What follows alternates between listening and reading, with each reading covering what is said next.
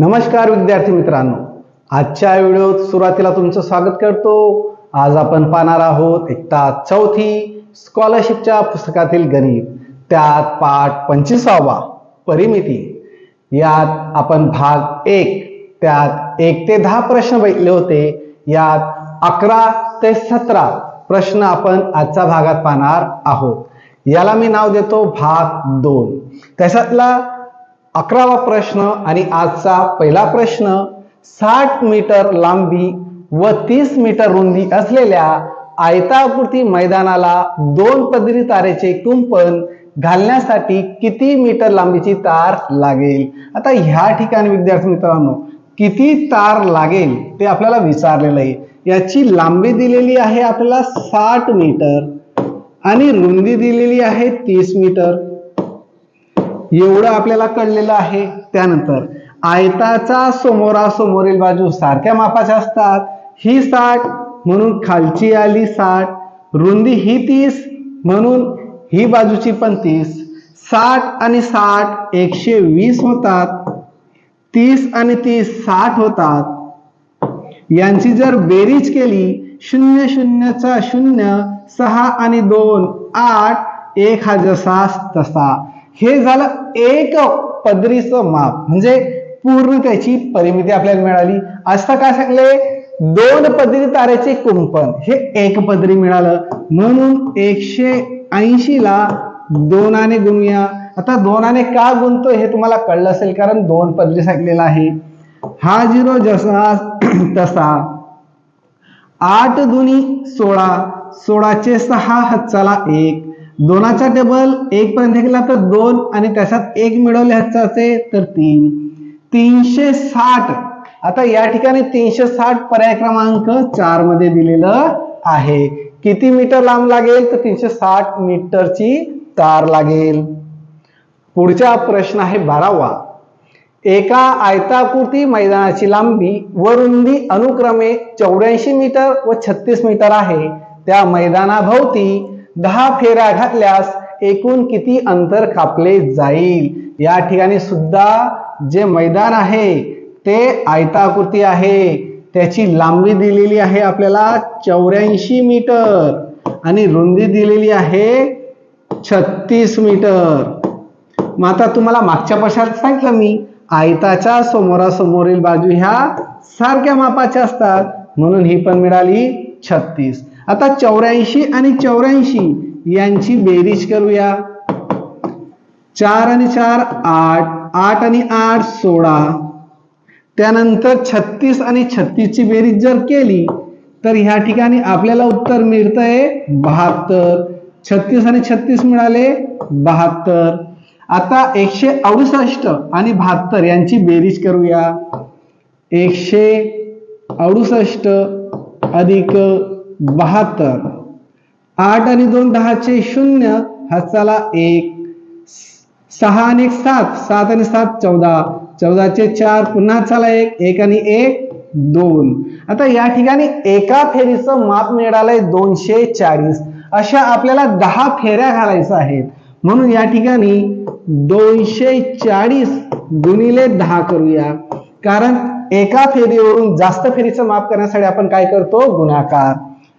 1 2 0 जशास तसे, एकाचा टेबल 24 पर्यंत घेतला तर 24, 2400 मीटर पर्याय क्रमांक 1 याचं योग्य उत्तर। पुढचा प्रश्न आहे 13वा। एका चौरसाकृती बागेच्या बाजूची लांबी 250 मीटर आहे।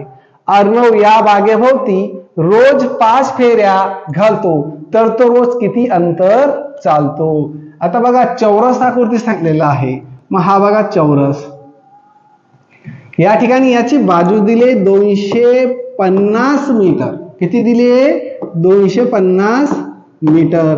मग आता तुम्हाला नियम माहित आहे की चौरसाच्या सर्व बाजूंची लांबी सारखी असते। मग या ठिकाणी एकाची दिलेली आहे 250, किती बाजू आहेत 1 2 3 4 म्हणून याला गुणूया 4 ने। एकावरून जास्तची किंमत काढण्यासाठी गुणाकार। हा 0 जसास तसा, 4चा टेबल 5 पर्यंत घेतला तर 20, 20 चे 0 पुन्हा 2 हातचाला, 4 दुनी 8, 8 मध्ये 2 मिळवले तर 10. या ठिकाणी एका फेरीचं म्हणजे एका चौरसाची ही जी पूर्ण परिमिती मिळाली आपल्याला ती 1000 मीटर. या ठिकाणी आपल्याला किती फेऱ्या सांगितल्या आहे? 5 फेऱ्या.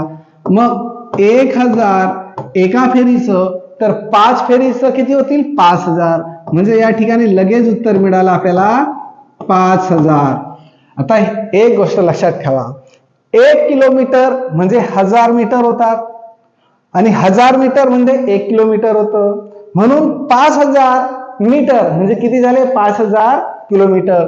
कारण या ठिकाणी किलोमीटर दिलेलं आहे म्हणून याचं योग्य उत्तर मिळालं पर्याय क्रमांक 4, 5 किलोमीटर.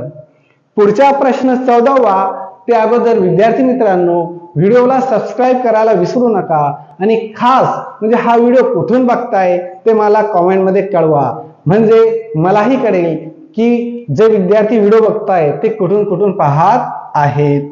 आणि विशेष म्हणजे व्हिडिओ जर आवडला असेल तर तेही लिहा की व्हिडिओ खूप छान होता, याच्याने माझा उत्साह व्हिडिओ तयार करण्यात आणखी वाढेल. पुढचा प्रश्न 14वा. लिनेश सरावासाठी रोज एका चौरसाभोवती मैदानाला 10 फेऱ्या घालतो. तो एकूण 4 किमी अंतर चालत असेल तर त्या मैदानाचा एका बाजूची लांबी किती? आता एका बाजूची लांबी दिलेली, रोज किती फेऱ्या मारतोय? 10. आणि काय सांगितलेलं आहे? चौरसाभोवती. आता 10 फेऱ्या, 10 फेऱ्यांचं माप दिलंय 4 किलोमीटर. 1 किलोमीटर म्हणजे 1000 मीटर म्हणून 4 किलोमीटर म्हणजे किती झाले? 4000 मीटर. आता त्यानंतर या ठिकाणी तो किती मारतोय? हे माप 10 फेऱ्यांचं माप आहे. आपल्याला आता सुरुवातीला एका फेरीचं माप काढूया. म्हणून याला कशाने भाग द्यावा लागेल? 10 ने. कारण 10 फेऱ्यांचं माप म्हणजे 4000 मीटर आहे. म्हणून हा 0 गेला, हा 0 गेला. एका फेरीत तो मारतोय 400 मीटर. मग 400 मीटर याची मिळाली परिमिती, म्हणजे काय? सर्व बाजूंची बेरीज. आता एका बाजूचं माप काढण्यासाठी काय करावं लागेल विद्यार्थी मित्रांनो? याची परिमिती 400. याला किती बाजू आहे? 4. म्हणून त्याला कशाने भाग द्यावा लागेल? 4 ने. 4 1 4, 4 1 4. हे 2 0 उर्वरित जशास तसे. म्हणजे काय मिळालं? एका बाजूचं माप 100 मीटर. पर्याय क्रमांक 1. पुढचा प्रश्न आहे 15वा. 80 मीटर बाजू असलेल्या एका चौरसाकृती बागेभोवती श्वेता रोज एक फेरी धावते. 100 मीटर लांब व 70 मीटर रुंद असलेल्या एका बागेभोवती श्रुती रोज एक फेरी धावते. तर या दोघींनी धावलेल्या अंतरात किती फरक असेल? या ठिकाणी सांगितल्याप्रमाणे कृती करूया विद्यार्थी मित्रांनो. हे चौरस किती आहे? 80 मीटर बाजू असलेला, याची बाजू 80 मीटर. त्यानंतर पुढचं दिलेलं आहे आयत. सर आयत कशावरून? कारण त्याची लांबी दिलेली आहे 100 मीटर, रुंदी दिलेली आहे 70 मीटर. त्यावरून वरची 100 म्हणून खाली पण 100, रुंदी 70 म्हणून इकडची पण रुंदी 70. आता याचं पूर्ण परिमिती म्हणजे याचं पूर्ण माप काढूया अगोदर.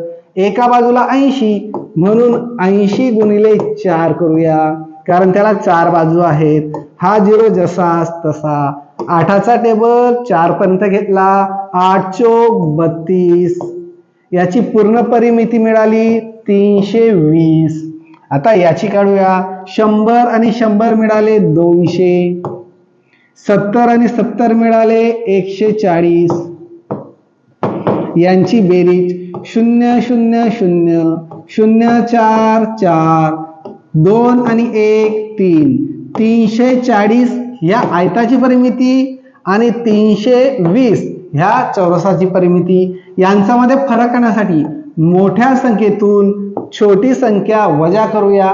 बघितल्या क्षणी तुम्हाला कळते विद्यार्थी मित्रांनो की 340 मधून 320 वजा केले तर उरतायत 20, म्हणजे 20 मीटर. पर्याय क्रमांक 2.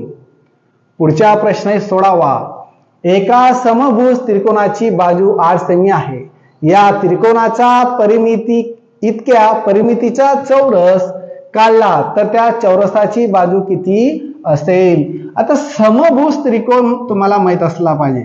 मग समभुज त्रिकोण कोणाला म्हणतात? ज्याच्या तिन्ही बाजू समान लांबीच्या असतात. मग ही आहे 8. आता 8 सेमी ही असेल तर सर्व कितीच्या आल्या? 8 सेमीच्या. 8 8 2 16 8 3 24. मग याची परिमिती मिळाली 24 सेमी. त्यानंतर काय सांगितलेलं आहे? या त्रिकोणाच्या परिमिती इतका म्हणजे याच्या बेरजे इतका चौरसाची परिमिती आहे. मग आता चौरस घेऊया. पहा विद्यार्थी मित्रांनो, हा चौरस. चौरसाला किती बाजू आहेत? 4. याची परिमिती 24. बाजू किती? 4. म्हणून 24 ला 4 ने भाग द्यावा लागेल तेव्हा एका बाजूची आपल्याला लांबी मिळेल. मग 4च्या टेबल मध्ये 24 हा 6 नंबरवर येतो. वजा करूया. 24 मधून 24 गेले 0 0. उत्तर मिळालं 6. मग ह्या ठिकाणी एकाची जर आपल्याला बाजूची लांबी विचारली तर ती 6 सेमी. पर्याय क्रमांक 3 याचं योग्य उत्तर. पुढचा प्रश्न 17वा आणि या स्वाध्यायाचा शेवटचा प्रश्न. तारेने बनवलेल्या एका 7 बाजू असलेल्या सप्तकोनाची प्रत्येक बाजू 4 सेमी लांबीची आहे. ही तार उलगडून सरळ केल्यास तिची लांबी किती असेल? उलगडून म्हणजे असा हा गोल आहे विद्यार्थी मित्रांनो. पहा, हे वर्तुळाच्या आकाराची ती आहे. तिला एका बाजूने कापल्यानंतर उलगडून त्याची आपल्याला माप विचारले किती आहे. सप्तकोनाची प्रत्येक बाजू 4 सेमी आहे. सप्त म्हणजे काय? 7. सप्त म्हणजे काय? 7. आणि एकाची बाजू दिली 4. एकावरून जास्तची आपण किंमत काढू शकतो. 7 1 7, 7 2 14, 7 1 21, 7 4 28. या ठिकाणी आपल्याला त्याची परिमिती मिळाली 28 सेमी. प्रत्येक बाजू 4 सेमी. मग आता मिळाली 28 सेमी. तार उलगडून सरळ केल्यास, आता सॉरी वर्तुळ नाही दिलंय, सप्तकोनी दिले. मग सप्तकोनी त्याच्या 4 आहे, तिच्या उलगडून वरती अशी सरळ केली तर त्याच्या मापात काही फरक पडेल का? तर नाही. म्हणजे ही 28 आहे, तर उत्तर पण काय येईल? 28. पर्याय क्रमांक 2 याचं योग्य उत्तर. धन्यवाद विद्यार्थी मित्रांनो. भेटूया उद्याच्या दिवशी पुढच्या व्हिडिओमध्ये.